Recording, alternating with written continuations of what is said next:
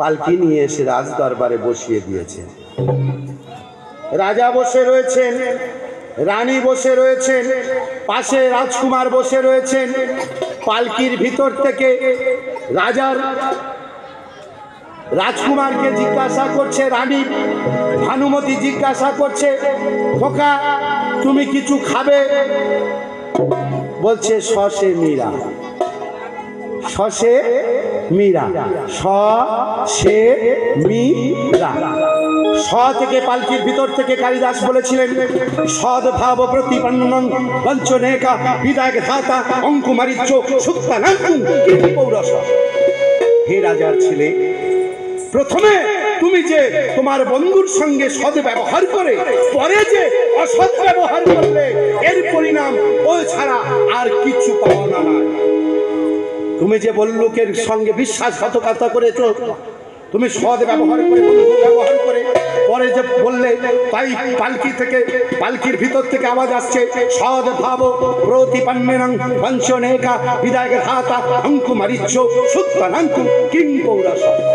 রাজার ছেলে, তুমি যে পরে অসৎ ব্যবহার করলে, এর কি পৌরস পেলে? তখন রাজকুমার বলছে, সে মীরা, সে মীরা। সব ভুলে গেছে, ভুলে গিয়ে বলছে সে মীরা। সেতে কালিদাস বলেছিলেন, সেদ বন্দে সমুদ্রেচ্ছ গঙ্গা সাগর সংগ্রামে ব্রহ্ম হত্যা মুচ্ছেদ পাপে দহিনমচ্ছতে। হে রাজার ছেলে, যেমন রামচন্দ্র সীতাকে উদ্ধার করতে গিয়ে বানরেরা হনুমানেরা পাথর এনে জড়ো করে ব্রিজ তৈরি করে দিয়েছিল, পোল তৈরি করে দিয়েছিল, সেই পাথরের উপরে রাম নাম লিখে দিয়ে যেমন শিলা ভাসিয়েছিল, সেই শিলার রামের নামের উপরে সীতা পা দিয়ে যা না পাপ করেছে, তার থেকে বেশি পাপ করেছো, তোমার পাপে ক্ষমা পাবে না। তখন বলছে মীরা, মীরা, মীরা। মেয়েতে বলেছিলেন, মিত্রদ্বহি কৃতজ্ঞনস্য যে চ নরা নরাক্রান্তি চাবস চন্দ্র দিবা করো। হে রাজার ছেলে, যতদিন এই পৃথিবীতে চন্দ্র সূর্য উদয় অস্ত যাবে, তোমার ওই পাপের ক্ষমা পাবে না। তখন বলছে রা রা রা। রাতে বলেছিলেন, রাজসী রাজপ্রত্যসী যদি কল্যাণং গচ্ছুষ্টি দহিদান দ্বিজোত্তহ আরাধনা করো। হে রাজকুমার, তুমি রাজা হও, রাজার পুত্র হও, গৃহে দেবতাদের পূজা অর্চনা করো, শ্রমিকের ঠিক ঠিক মজুরি দাও, দান ধ্যান করো, এছাড়া তোমার পাপ মোচন পাবে না। তখন রাজকুমার বলছে, মা এক গ্লাস জল দাও।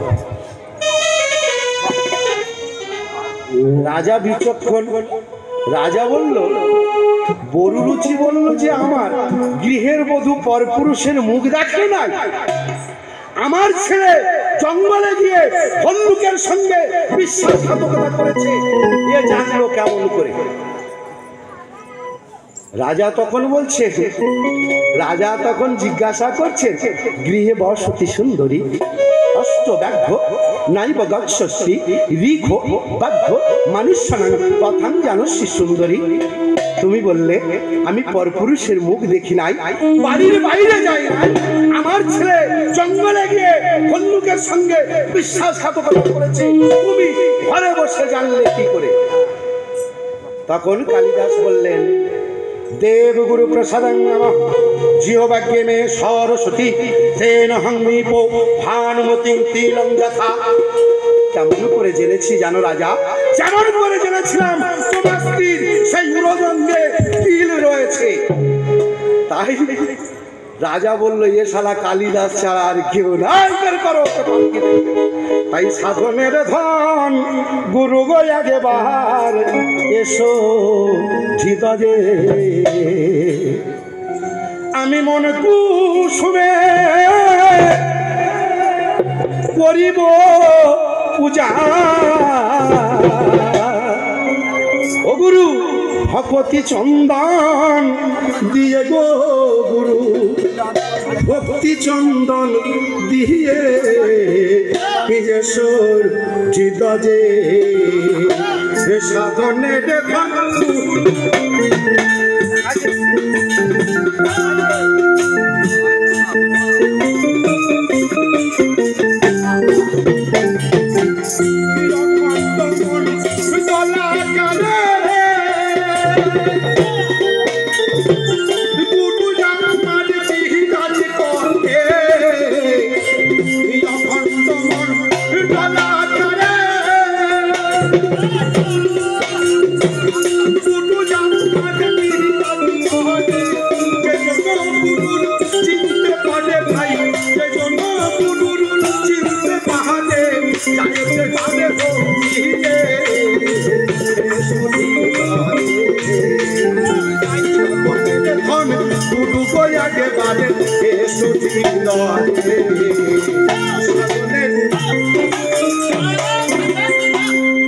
আমার থেকে এনার বেগ খারাপ।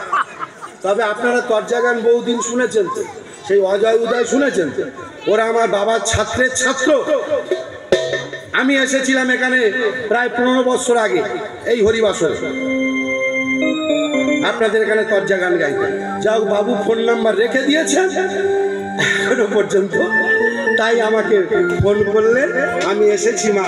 বর্তমান আমি 12-14 হাজার টাকা নাইট নিই, তবে আগে যে পয়সা নিয়েছি সেই পয়সা এসেছি এখানে, খুব অল্প পয়সায় ভালোবাসা। আর আমি বললাম একজন মহিলা শিল্পী নিয়ে যাই, খুব ভালো গায়ে মেয়েটি। বললো মহিলার পয়সা আমরা দেবো না, মেয়ে বলে যা নিয়ে আসবে তুমি নিয়ে এসে যা। সে বাবুরা যা দেয় দিল, না দিল না দিল। বলুন মা, এমনি ভালোবাসি আবার নাকের মত। না জানি গুডু পূজা দে মন্ত্র, না জানি গুডু পূজা দে সন্ত গো, না জানি গুডু পূজা রে মন্ত্র।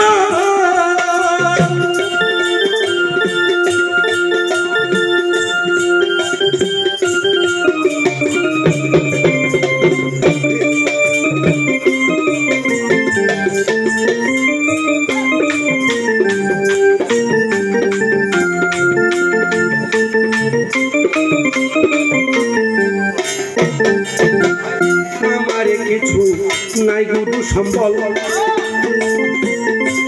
যে তোর পুঁজি আমার কিছু নাই গুরু সম্বল,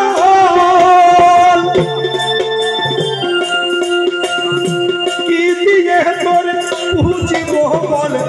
আছে কেবল নজনের জল, আছে কেবল নজনের জল।